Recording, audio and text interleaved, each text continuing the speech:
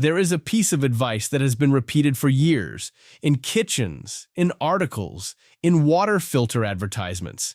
If you are worried about microplastics in your tap water, just boil it. Some people believe this completely. Other people think it is one of those pieces of folk wisdom that sounds reasonable but does not actually hold up, the kind of thing your grandmother said that nobody ever tested. In 2024, a team of researchers in China actually tested it. What they found surprised even them.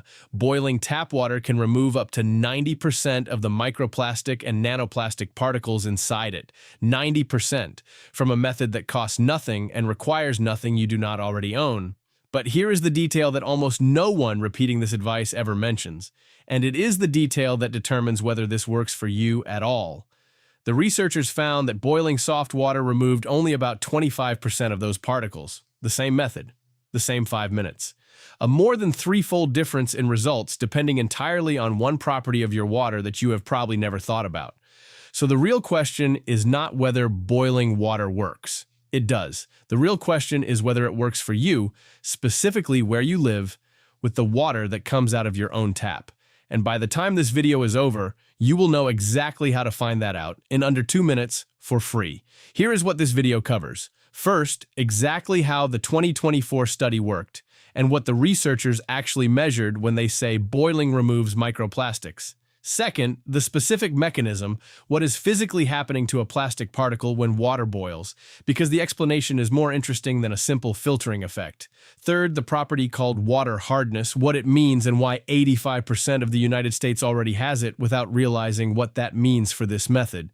Fourth, how to find out for your specific home which side of that divide you fall on. And fifth, what to actually do with this information, whether your water is hard, soft, or somewhere in between. I look at the science behind everyday materials and substances and what they do once they interact with the human body. I am not a physician, and nothing in this video is medical advice. What I want to do with this particular topic is something slightly different than usual. Most coverage of this study reported the headline number and stopped. I want to show you the part of the methodology that actually explains why the number varies as much as it does, because once you understand the mechanism, the geography stops being a footnote and starts being the most useful part of the story. The research came from a team led by environmental chemist Zeng, published in Environmental Science and Technology Letters in early 2024. Their question was specific and testable. Tap water around the world already contains measurable levels of nano and microplastic particles, primarily polystyrene, polyethylene, polypropylene, and polyethylene terephthalate. The same plastics found in packaging, synthetic textiles, and the items we have covered in previous videos. Could a simple household method meaningfully reduce the amount of that material a person actually drinks? The team prepared tap water samples and deliberately added measured quantities of nanoplastic particles to make the testing precise. Then they boiled the water for 5 minutes, a duration chosen specifically because it is realistic, the kind of boil time a person would actually use rather than a laboratory extreme. After boiling, they filtered out the solid residue and counted what remained suspended in the water. The results, for water with high mineral content, were striking. Boiling removed at least 80% of the polystyrene, polyethylene, and polypropylene particles tested, with some results reaching as high as 90%. To put that in perspective against the other interventions we have discussed on this channel, this is a more dramatic single-step reduction than switching a cutting board material or replacing a kitchen sponge. It is also, notably, free. Here is what makes this result more than a lucky correlation. The researchers did not just observe that boiling worked. They identified why. Hard water contains dissolved calcium carbonate, the same mineral compound responsible for limescale, the white, crusty buildup you have probably seen on a kettle or shower head. When hard water is heated to boiling, that dissolved calcium carbonate does something specific.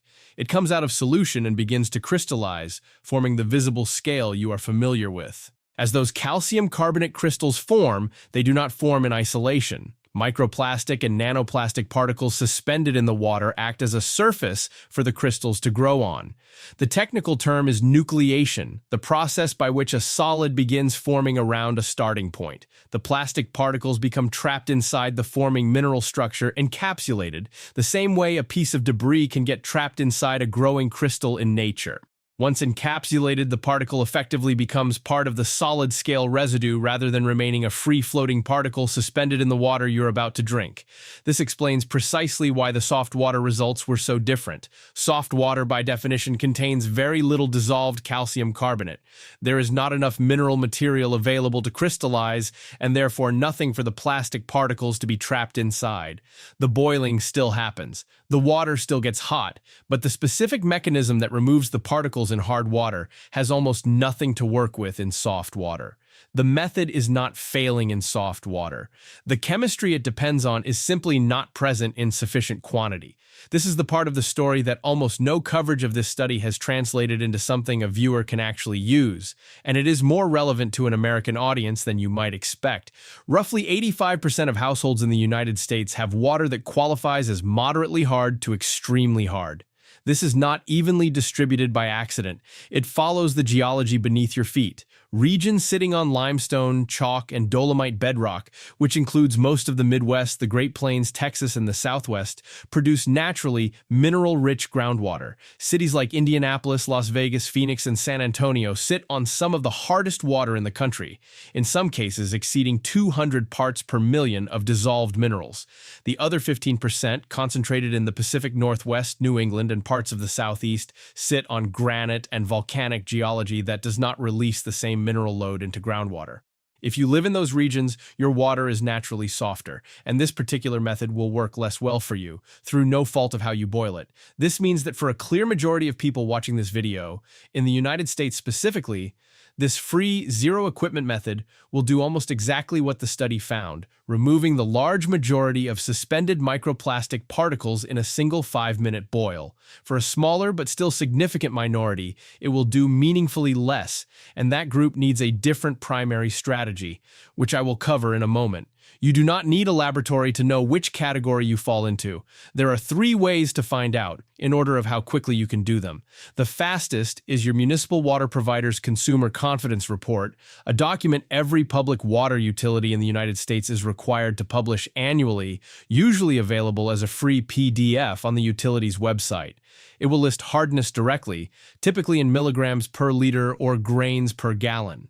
If you are on a private well rather than municipal water, that report will not apply to you, and a simple at-home test strip, available at any hardware store for a few dollars, will give you a hardness reading in under a minute. The third method, useful as a sanity check regardless of your water source, is simply paying attention to what your home already tells you. Frequent limescale buildup on faucets and shower heads, soap that does not lather easily, a white crust inside your kettle. These are all physical signs of hard water that most people notice without ever connecting them to anything beyond an annoying cleaning chore. If you have hard or very hard water, the takeaway is straightforward. A 5-minute boil followed by letting the water settle briefly so the precipitated mineral residue stays at the bottom of the container rather than getting poured into your glass is a free and genuinely effective method for reducing your microplastic intake from tap water. This is not a theoretical benefit.